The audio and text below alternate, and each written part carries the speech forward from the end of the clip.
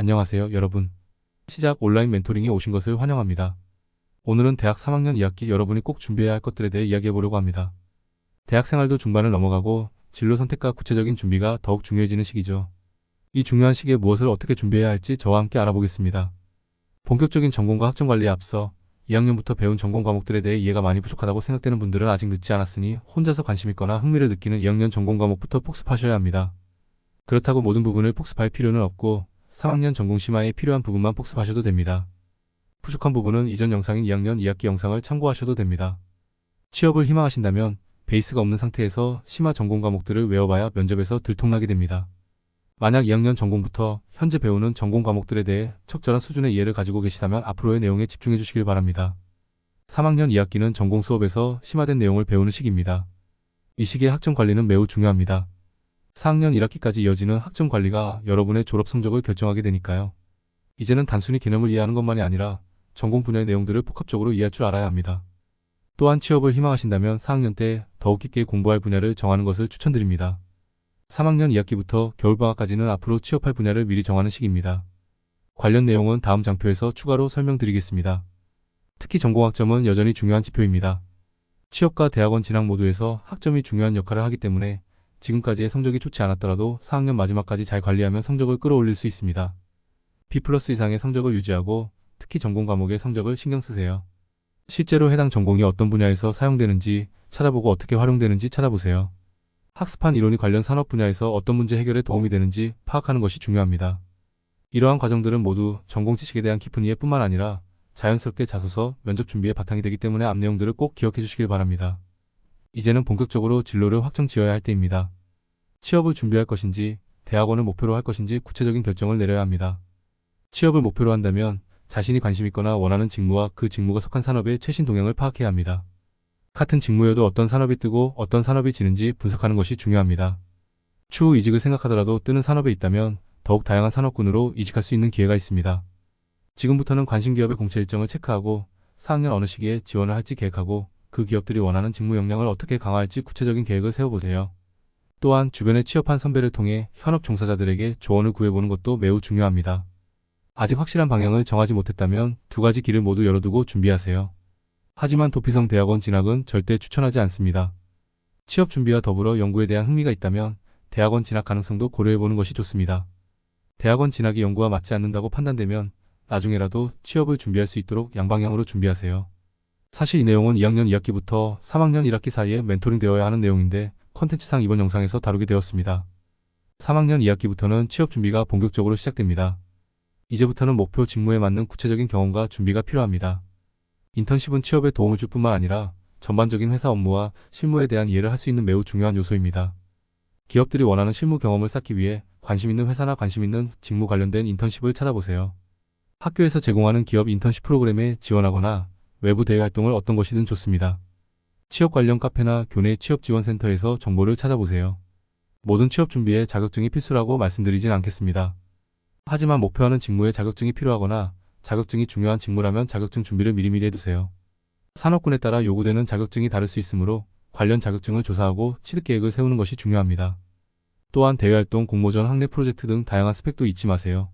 이제는 자기소개서를 본격적으로 준비해야 합니다. 지난 영상에서 말씀드렸듯이 취업의 시작과 끝은 자료 수집입니다. 목표하는 회사와 목표하는 직무의 최근 3개년 합격 자기소개서를 많이 모아보세요. 취업 카페, 개인 블로그, 유튜브 등 얻을 수 있는 루트는 정말 많을 겁니다. 그리고 합격한 자소서들을 분석하세요. 글의 시작과 흐름, 글의 마무리가 어떻게 이루어졌는지, 어떤 단어들과 어떤 내용들을 작성했는지, 자신의 강점을 나타내기 위해 작성된 내용과 자신의 단점을 보완하기 위해 작성된 내용들은 어떤지 분석하세요.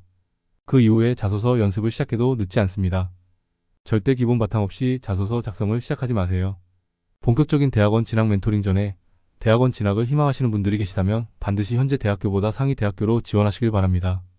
상위권 대학원일수록 교내에서 지원되는 부분이 다양하기 때문입니다. 그렇다고 학교 간판만으로 판단하지는 마시고 유명한 교수님이 계신 대학원도 찾아보시길 바랍니다. 그럼 대학원 진학 멘토링 진행하겠습니다. 대학원 진학을 준비하는 학생들에게는 3학년 2학기가 가장 중요한 시기입니다. 대부분 인기 있는 대학원 컨택은 4학년 1학기에 마무리됩니다. 늦어도 4학년 여름방학 전에 컨택이 마무리됩니다. 전공을 공부하면서 흥미를 느끼는 과목이 있었다면 또는 연구하고 싶은 주제가 있다면 명확히 해야 합니다.